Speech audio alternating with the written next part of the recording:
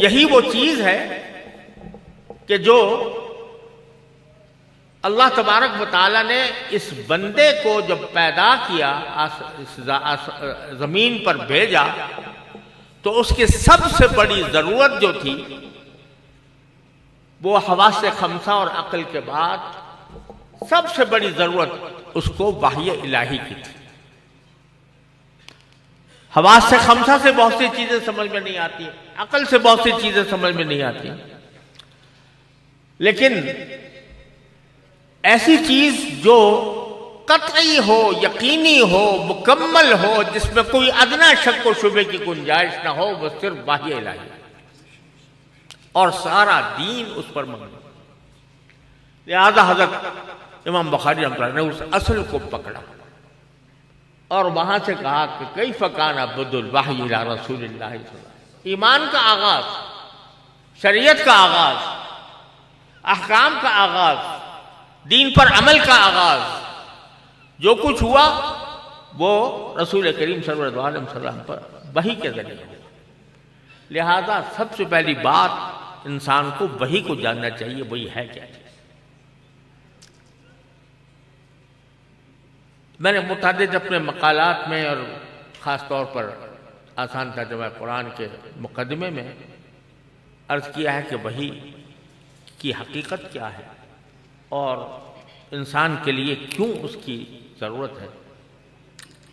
اس تفصیل میں اس وقت میں نہیں جاتا، لیکن یہ بات بالکل واضح ہے کہ سارے دین، شریعت، احکام، سب چیز کا مبدأ فیاض وحی الہی۔ چنانچہ امام بخاری نے باب کیف کان بدء الوحی الی رسول اللہ صلی اللہ علیہ وسلم کا باب سب سے پہلے قائم کیا۔ لیکن عجیب بات ہے کہ قائم تو یہ باب کر دیا کہ کیف کان بدء الوحی الی رسول اللہ صلی اللہ علیہ وسلم، لیکن جو حدیث اس کے تحت پہلی حدیث لے کر آئے وہ ہے انما الاعمال بالنیات، کہ تمام اعمال کا دار و مدار نیتوں پر ہے، اور اگر کسی عمل میں خلوص ہے اللہ تبارک و تعالیٰ کے لیے تو وہ بے شک اللہ تعالیٰ کے مقبول بھی ہے، باعث اجر بھی ہے، لیکن اگر اخلاص نہیں ہے تو سب بیکار۔ یہ حدیث لے کر پہلی بات اس میں جو عام طور سے کہی گئی ہے وہ یہ کہ امام بخاری پہلے ہی قدم پر مجھے اور آپ کو یہ سبق دے رہے ہیں کہ پڑھنے تو آئے ہو، وحی الہی کے علوم پڑھنے کے لیے آئے تو ہو، لیکن اس سے پہلے ذرا دل کو ٹٹول لو کہ کس لیے آئے۔ علم حاصل کر کے اپنا علم دوسروں پر بگھارنا ہے، اس کے ذریعے شہرت حاصل کرنی ہے، اس کے لیے مال کمانا ہے، یا اللہ تبارک و تعالیٰ کی رضا مقصود۔ پہلے ہی قدم پر یہ سبق امام بخاری نے دیا۔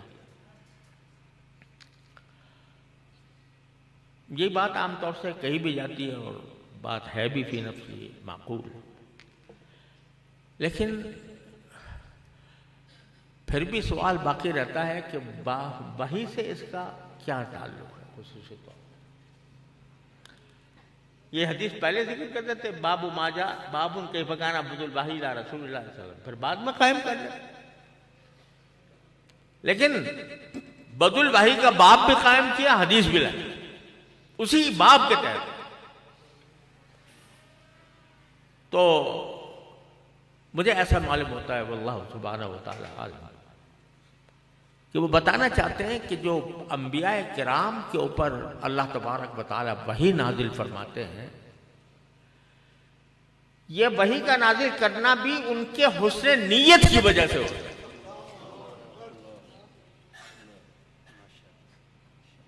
ان کے حسن نیت کی وجہ سے ہوتا ہے، اور یہیں سے ایک سوال کا جواب ملتا ہے۔ وہ سوال عام طور سے پیدا ہوتا ہے لیکن اس کا کوئی شافی جواب میری نظر سے کہیں نہیں گزرا، وہ یہ کہ ایمان جو اللہ تبارک و تعالیٰ کے ہاں معتبر ہے وہ ایمان بالغیب ہے. الذین یؤمنون بالغیب. ایمان بالشہود، ایمان بالشہادہ، یہ اللہ تعالیٰ کیا معتبر نہیں ہے. جب آنکھوں سے نظر آ جائے عذاب اللہ کا تو پھر ایمان معتبر نہیں ہوتا.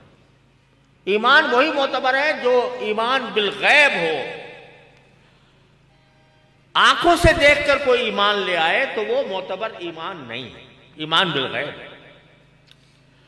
تو سوال یہ پیدا ہوتا ہے کہ انبیاء کرام کو تو ایمان بالشہود ہوتا ہے، ان کے پاس فرشتہ آتا ہے، وہ وحی نازل کرتا ہے،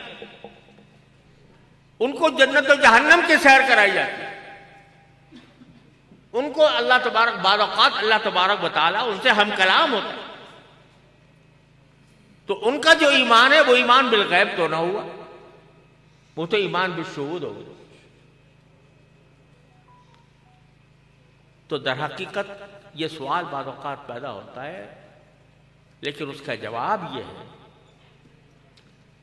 کہ اس کائنات میں سب سے زیادہ مضبوط اور پختہ ایمان بالغیب انبیاء کرام ہی کا ہوتا ہے. کیوں؟ اس لیے کہ ایمان ان کا وحی کے نازل ہونے کے بعد نہیں ہوتا. وحی نازل ہونے سے 40 سال پہلے تک بھی وہ ان کا ایمان مکمل ہوتا ہے توحید کے اوپر، اللہ کی وحدانیت پر، اللہ کی صفات پر، اللہ تعالیٰ کی صفات جلال و کمال پر، ہر چیز پر ان کا ایمان ہوتا ہے شروع سے. ایسی حالت میں ہوتا ہے کہ کوئی بتانے والا نہیں. ہمیں آپ کو جو ایمان ملا وہ تو رسول کریم سرورت عالم صلی اللہ علیہ وسلم کے صدقے میں ملا. آپ نے ایک ایک چیز کھول کر بیان فرما دی. لیکن جب پیغمبر پیدا ہوتا ہے ایک ایسے معاشرے میں جہاں کفر و شرک کا بسیرا ہے، جہاں کوئی توحید کے جاننے والا ماننے والا نہیں، لیکن وہ روز اول سے اللہ کی وحدانیت پر ایمان رکھتے ہیں بالغیب. ایسا بالغیب کہ جس سے بڑا بالغیب کسی اور کا نہیں ہو سکتا. وہ ایمان کس طرح رکھتے ہیں کہ ایمان آیا دل میں، سارے معاشرے کو دیکھ رہے ہیں کہ یہ اس کے خلاف ہے، اس کی نقالی کرنے کے بجائے، اس کے پیچھے چلنے کے بجائے وہ اپنا الگ راستہ اختیار کرتے ہیں، شروع سے اختیار کرتے ہیں.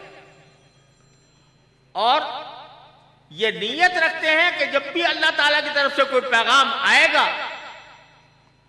پچھلے انبیاء کے ذریعے یا کسی آنے والے نبی کے ذریعے، میں اس کو مانوں گا. جو معاشرے میں جو کچھ ہو رہا ہے اس کو نہیں مانوں گا.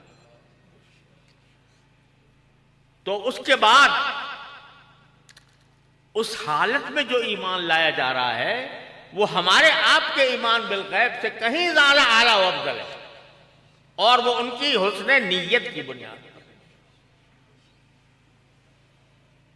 قرآن کریم فرماتا ہے وَمَا كُنْتَ تَدْرِي مَا الْكِتَابُ وَلَا الْإِيمَانُ وَلَكِنْ جَعَلْنَاهُ نُورًا نَهْدِي بِهِ مَن نَّشَاءُ إِلَىٰ صِرَاطٍ مُّسْتَقِيمٍ. کہ آپ کو پتہ نہیں تھا پہلے کہ ایمان کے کیا کیا تقاضے ہوتے ہیں، آپ کو پتہ نہیں تھا کہ اللہ کی کتاب کیسے نازل ہوتی ہے، لیکن ہم نے آپ کو اس سارے چیز کو ایک نور کی شکل میں آپ کے قلب مبارک میں رکھا ہوا، اور وہ تھا حسن نیت کی وجہ سے. لہذا شاید امام بخاری رحمۃ اللہ علیہ نے یہ کیا کہ بدء الوحی جو ہے وہ در حقیقت حسن نیت کی بنیاد پر ہوئی. لہذا یہ حدیث اس باب کے تحت لے کر ہے. لیکن جیسا میں نے عرض کیا کہ یہ صرف ایک مرتبہ پڑھ لینے والی حدیث نہیں ہے. یہ ایسی حدیث ہے کہ جو ہر وقت ہر آن ہمارے پیش نظر ہونی چاہیے. اللہ تعالیٰ نے یہ ایک ایسا نسخہ کیمیا ہمیں آپ کو عطا فرمایا ہے کہ جس کے ذریعے ہم اپنے ہر کام کو عبادت بنا سکتے، ہر کام کو باعث اجر و ثواب بنا سکتے۔ پہلی بات تو اس کا مطلب یہ ہے کہ کوئی عبادت اس وقت تک قبول نہیں جب تک کہ وہ اللہ کی خوشنودی کے لیے انجام نہ دی گئی۔ اگر اس کا مقصود کچھ اور ہے، دنیا کی کوئی غرض ہے، تو اس کی اللہ کے ہاں کوئی قدر نہیں۔ نماز اس وقت معتبر ہے جب اللہ کے لیے پڑھی جائے، روزہ اس وقت معتبر ہے جب اللہ کے لیے رکھے۔ اگر اس میں یہ داعیہ یہ ہو گیا کہ مجھے لوگ آپ عبادت گزار سمجھے، تو سارا عمل ضائع ہو گیا۔ اسی طرح علم حاصل کرنا یا علم کی خدمت کرنا، وہ اسی وقت اللہ تبارک و تعالیٰ کے یہاں مقبول ہے اور باعث اجر و ثواب ہے جب وہ خالصتاً اللہ جل جلالہ کی رضا کے لیے۔ اس میں جو آمیزش آ جاتی ہے یا داعیہ یہ پیدا ہو جاتا ہے کہ میں عالم بن جاؤں گا تو مقتدی بنوں گا، لوگوں کے سامنے میری عزت ہوگی، میری شہرت ہوگی، مجھے بڑے بڑے القاب سے نوازا جائے گا، تو اللہ بچائے یہ ساری محنت کو اکارت کرنے والی چیز ہے۔ اور ہم جیسے لوگ جن کو اللہ تعالیٰ نے کسی طرح دین سے وابستہ کیا ہے، ہم لوگوں کو تو خاص طور پر یہ حدیث صبح شام اپنے آنکھوں کے سامنے رکھنا۔ آج کل عام طور سے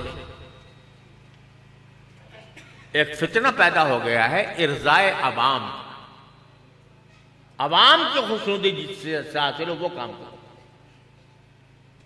عوام کی خوشنودی جس سے حاصل، جس سے لوگ تعریف کریں، جس پر واہ ہو، وہ کام کرو۔ یہ رسول کریم سرور دو عالم صلی اللہ علیہ وسلم نے باخبر فرما دی۔ یاد رکھو تمہارے اعمال اسی وقت اللہ کے ہاں کوئی قابل قدر ہوں گے جب تم وہ اللہ کے لیے کرو۔ اور اگر شہرت کے لیے کیا، عوام کی مقبولیت کے لیے کیا، پیسے حاصل کرنے کے لیے کیا، تو اللہ کے ہاں بالکل قبول نہیں۔ حدیث آپ پڑھیں گے کہ سب سے پہلا شخص جو جہنم میں داخل کیا جائے، جس سے جہنم سلگائی جائے گی، وہ کون ہوگا؟ ایک عالم، ایک عالم، اور وہ یہ سمجھ کر آئے گا کہ میں تو علم کے دریا بہائے میں نے اپنی زندگی، علم پڑھا، علم پڑھایا، علم کی نشو و اشاعت کی، لیکن اللہ تبارک و تعالیٰ فرمائیں گے تو نے یہ سارا کام اس لیے کیا تھا کہ لوگ تجھے بڑا عالم سمجھیں۔ فقط قیل، تو لوگوں نے کہہ دیا تمہیں بڑے بڑے علامہ کا خطابات دے دیے، تمہیں شیخ الاسلام کا خطاب دے دیا، تمہیں فلاں فلاں کا خطاب دے دیا، یہاں کیا مانگنے آئے؟ لہذا سب سے پہلا شخص جو جہنم میں داخل ہوگا، اللہ تعالیٰ ہم سب کی عبادت فرمائے، وہ ایک عالم ہے۔ اس لیے اللہ تبارک و تعالیٰ سے ہر وقت اخلاص مانگنا چاہیے۔ یا اللہ ہمیں اخلاص عطا کرے۔ دین میں اخلاص پیدا ہو جائے، تھوڑا کام بھی کام دے جاتا ہے۔ حضرت معاذ بن جبل رضی اللہ تعالیٰ عنہ سے نبی کریم سرور دو عالم صلی اللہ علیہ وسلم نے فرمایا کہ اخلص دینک یکفیک العمل القلیل، اے معاذ دین میں اخلاص پیدا کر لو، تھوڑا کام بھی تمہارے لیے کافی ہو جائے۔ زیادہ نفلیں نہیں پڑھی، زیادہ نفلی روزے نہیں رکھے، زیادہ تہجد نہیں پڑھی، لیکن جو عبادت کی، جو کام کیا اللہ کی رضا کے لیے کیا، سیدھے جنت میں جاؤ۔ تو یہ اخلاص ایسی چیز ہے کہ جو سب سے پہلے مطلوب ہے.